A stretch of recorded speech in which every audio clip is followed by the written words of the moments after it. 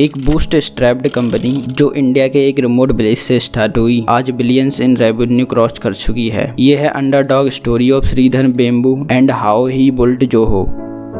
1996 में जब श्रीधर के दो भाई कुमार और शेखर और उनके दोस्त टॉनी थॉमस ने मिलकर एक कंपनी बनाई, एडवेंट नेट, जो एक नेटवर्क मैनेजमेंट कंपनी थी। टेक्नोलॉजी स्ट्रांग थी पर सेल्स फेल हो रही थी। तब श्रीधर यूएस में थे और बिजनेस में एक्टिवली इन्वॉल्व नहीं थे, लेकिन उनके भाइयों ने उन्हें ज्वाइन करने और सेल्स लीड करने को बोला। श्रीधर ने बिजनेस कार्ड प्रिंट कराए, अपने आप को टाइटल दिया VP of marketing and business development और काम स्टार्ट कर दिया। श्रीधर ने यूएस में मेजर फर्म्स को क्लाइंट्स बनाया बट एट टेरिबल मार्जिन्स। क्यों? क्योंकि वो खुद कहते हैं मैं ग्रेट सेल्समैन नहीं था। कई क्लाइंट्स ने बाद में कहा कि वो उनके सॉफ्टवेयर के लिए 10 गुना ज्यादा पे करते, फिर भी उन्होंने हिम्मत नहीं हारी। खुद को सैलरी देने के बजाय उन्होंने अपने रेवेन्यूज को री इन्वेस्ट किया एक नए प्रोडक्ट में। 1998 तक कंपनी ने $1 मिलियन रेवेन्यू क्रॉस कर लिया और फाइनली उन्होंने अपने आप को सैलरी दी और एक सेल्स टीम हायर की। चीजें इंप्रूव हो रही थी। 1999 में 3 मेजर इवेंट्स हुए। पहला, जोहो ने $10 मिलियन रेवेन्यू क्रॉस किया। दूसरा, श्रीधर सीईओ बने। तीसरा, उन्होंने $10 मिलियन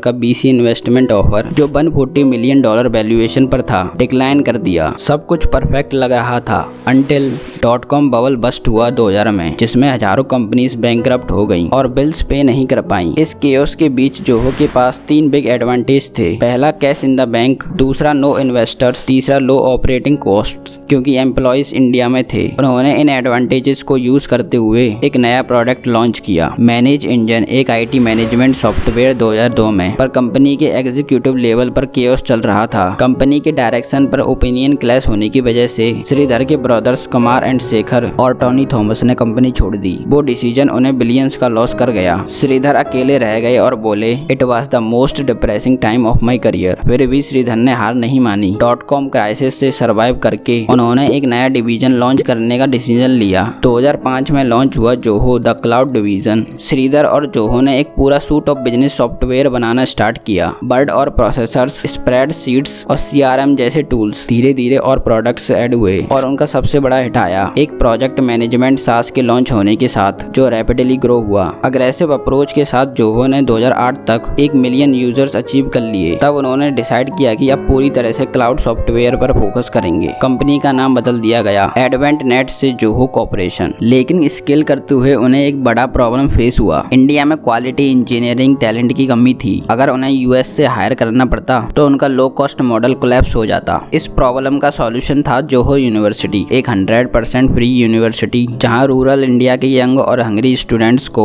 24 महीनों तक ट्रेन किया जाता है। इंग्लिश, मैथमेटिक्स और कंप्यूटर साइंस में स्टूडेंट्स से कोई पैसा नहीं लिया जाता, बल्कि उन्हें एक मंथली स्टाइपेंड दिया जाता। कोर्स कंप्लीट करने के बाद वो जोहो में हायर हो जाते हैं। आज जोहो के पास 10,000 प्लस एम्प्लॉइज हैं। जोहो ने अब तक 35 से भी ज्यादा बिजनेस एप्स लॉन्च किए हैं, जैसे Zoho mail, Zoho CRM, Arattai messenger app, जो भी इसका प्रोनाउंसिएशन है, और Zoho work drive. Current economy के बावजूद उन्होंने रिसेंटली क्रॉस किया एक big milestone, $1 billion in revenue, और 2020 से 77% एनुअल रेवेन्यू इंक्रीज हुआ। और सबसे इंस्पायरिंग बात, वो अपने $1 बिलियन टेक एम्पायर इंडिया के एक रिमोट विलेज से ऑपरेट करते हैं, जहां से नियरेस्ट सिटी 300 माइल्स दूर है। Village offices are the future of work. Villages में हार्ड वर्किंग और हंग्री टैलेंट मिलता है, जिसे क्विकली अपस्किल किया जा सकता है। ये एक विन विन मॉडल है। स्टूडेंट्स को लाइफ चेंजिंग अपॉर्चुनिटी मिलती है और business lower cost per operate कर सकता है। श्रीधर ने दुनिया को दिखाया कि आपको सिलिकॉन वैली या $1 बिलियन